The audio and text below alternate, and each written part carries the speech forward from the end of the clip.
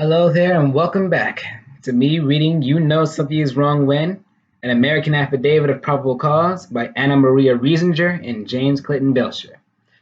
Today we will be going over Part 3, Who You Are, Who They Are, or What They Are.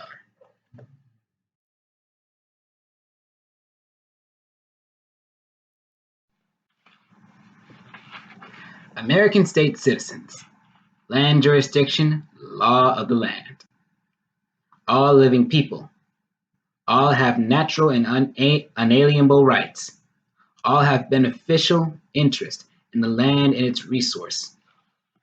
All are guaranteed a limited republic style of government. All are protected by the national trust, indentures, international treaties, and commercial agreements. All have more civil authority on the land than the entire federal government. Have been at peace since 1865. Inhabit the land of their states. For example, Ohio State is inhabited by Ohioans. Fly the civil flag of the United States of America Major. United States citizens. Sea jurisdiction, law of the sea. Tories and internationalists can be living people born in federal enclaves or corporations, have only civil rights which are privileges granted by Congress, accept any kind of government including oligarchy and legislative democracy. Regard the Constitution for the United States of America as an equity contract only. No civil authority on the land. Have been at constant war since 1860. Merely reside on the land of the American states. Fly the stars and stripes war flag of the United States. And, as of 1868, another class of United States citizen was added, the United States citizen. United States corporate citizen. Debt slave. These citizens are debt slaves, have no rights, no legal standing, and are enslaved by perpetual debt. From the very beginning of the American story, there were three kinds of United States. One, the land jurisdiction of the several states. Two, the sea jurisdiction operated by the United States of America. And three, the business organization doing business as the United States, charged with supplying the 19 governmental services the federal government is supposed to supply the states. It should not surprise us, then, that there have always been three kinds of citizenship potentially involved. The land jurisdiction allows only one kind of citizenship, state citizenship. The sea jurisdiction, known as federal jurisdiction, allows dual citizenship.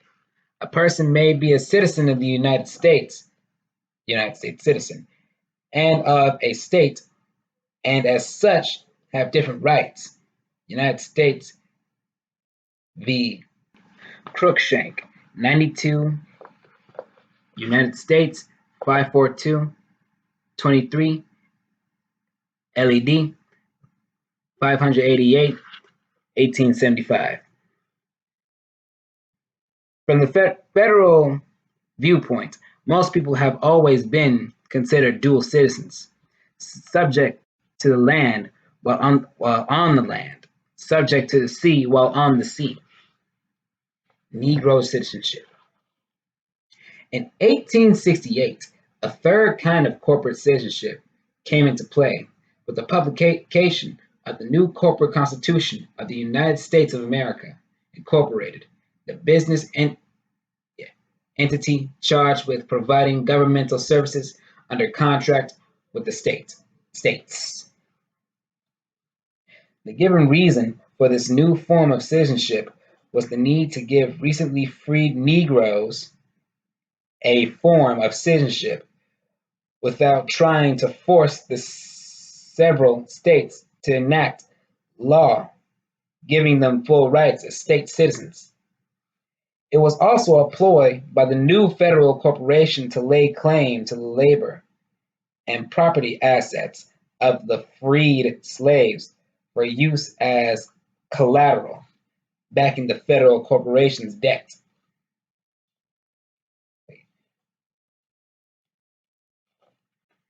Hale v. Hinkle tells all. A landmark case regarding citizenship in general was decided in Hale v. Hinkle, 201 United States 4374, 1906. The individual state citizen may stand upon his constitutional rights as a citizen. He is entitled to carry on his private business in his own way. His power to contract is unlimited. He owes no duty to the state or to his neighbors to divulge his business or to open his doors to an investigation so far as it may tend to incriminate him. He owes no such duty to the state, since he receives nothing there from beyond the protection of his life and property. His rights as such as existed by the law of the land long antecedent to the organization of the state and can only be taken from him by civil due process of law. And in accordance with the Constitution, among his rights are a refusal to incriminate himself and the immunity of himself and his property from arrest or seizure except under a warrant of law. He owes nothing to the public so long as he does not trespass upon their rights. The court further declared in Hale v. Hinkle, Supra 74 through 75, regarding United States citizens, which includes all corporate citizens.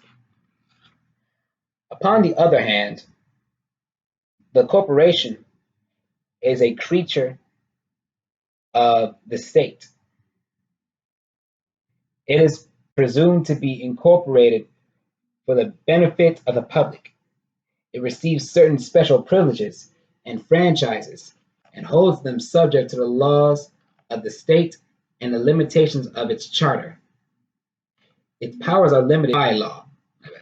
It can make no contract not authorized by its charter.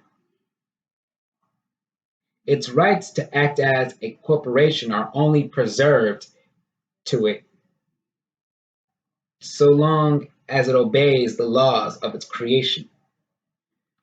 There is a reserved right in the legislator to investigate its contracts and find out whether it has exceeded its powers. It would be a strange anomaly to hold that a state, having chartered a corporation to make use of certain franchises, could not, in the exercise of its sovereignty, inquire how these franchises had been employed and whether they had been abused in the production of the corporate books and papers for that purpose. The private civilian state citizen has vastly different status than any federal United States citizen, especially corporate citizens. More judges spill the beans. The individual, unlike the corporation, cannot be taxed for the mere privilege of existing.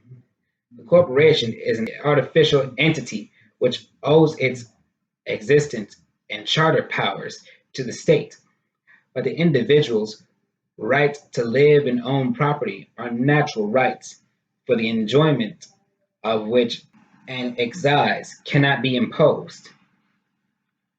Oregon Supreme Court, Redfield v. Fisher, 292, page 813, 819, 1930. A mere statement of this fact may not seem very significant. Corporations, after all, are not supposed to exercise the governmental powers with which the Bill of Rights was concerned. But this has been radically changed by the emergence of the public-private state.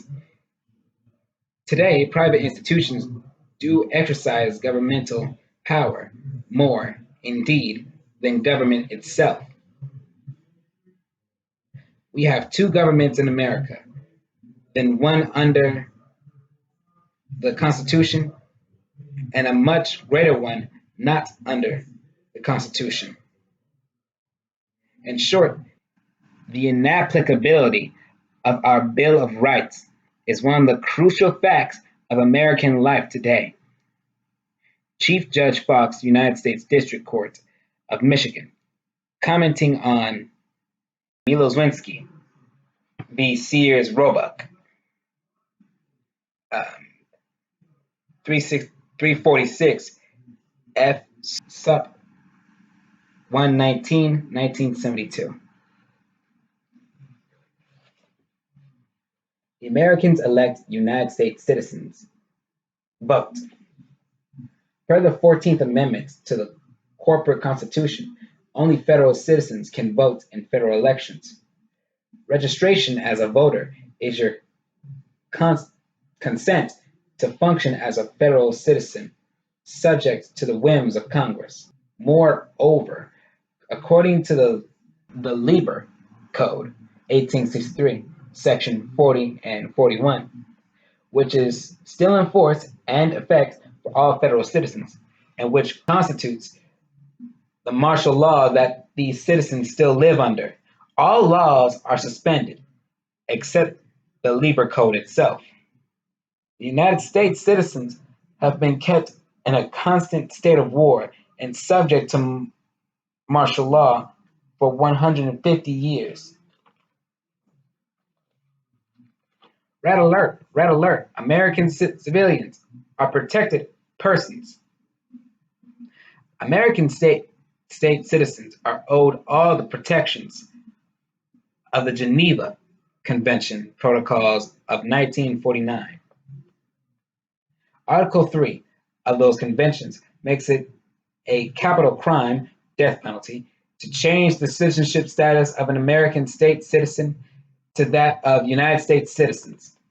But the perpetrators of this vast fraud scheme have nonetheless contrived to do this via redefinition of living people and their property assets as estates, that is, corporate entities, which fall within the international jurisdiction of the sea and which can be attacked at will.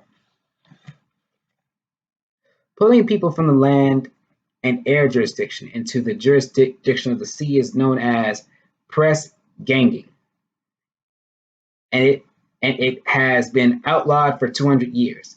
When the sea jurisdiction laps onto the land, it is called inland piracy. That's outlawed too.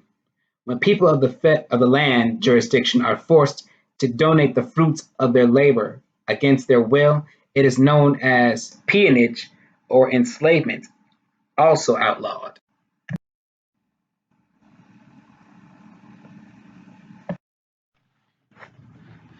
Three citizenships and three different forms of United States.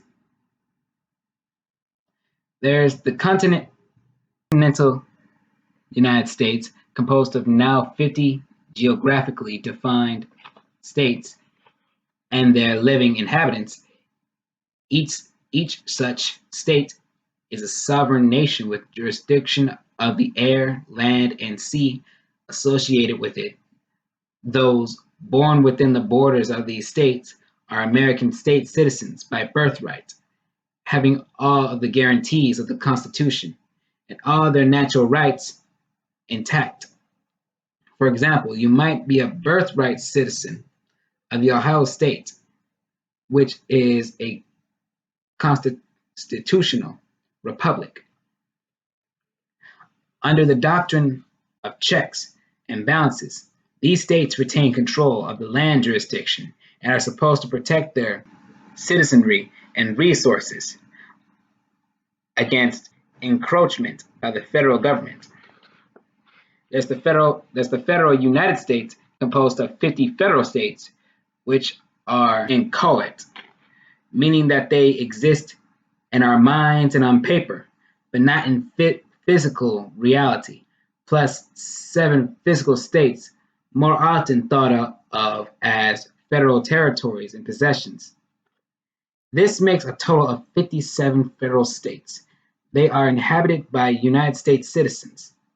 All the people born on Guam, Puerto Rico, and other insular states, plus federal civilian and military employees, African Americans, political asylum seekers, and welfare recipients. This United States is a democracy operating in the international jurisdiction of the sea. Finally, there's the corporate United States, composed of 185,000 corporations and approximately 390 million corporate United States citizens. This behemoth is composed entirely of legal fiction entities, C corps, S corps, nonprofits, NGOs, foundations, trustees, LLCs, cooperatives, public utilities, and so on. All these entities, including states like the state of Florida, are operated in the international jurisdiction of the sea too. This United States is operated under the plenary law of the Washington, D.C. municipality, and an international city-state run by the Congress as an oligarchy. That is part 3 of You Know Something Is Wrong When, an American Affidavit. Next time we will be going over part 4. Moving on.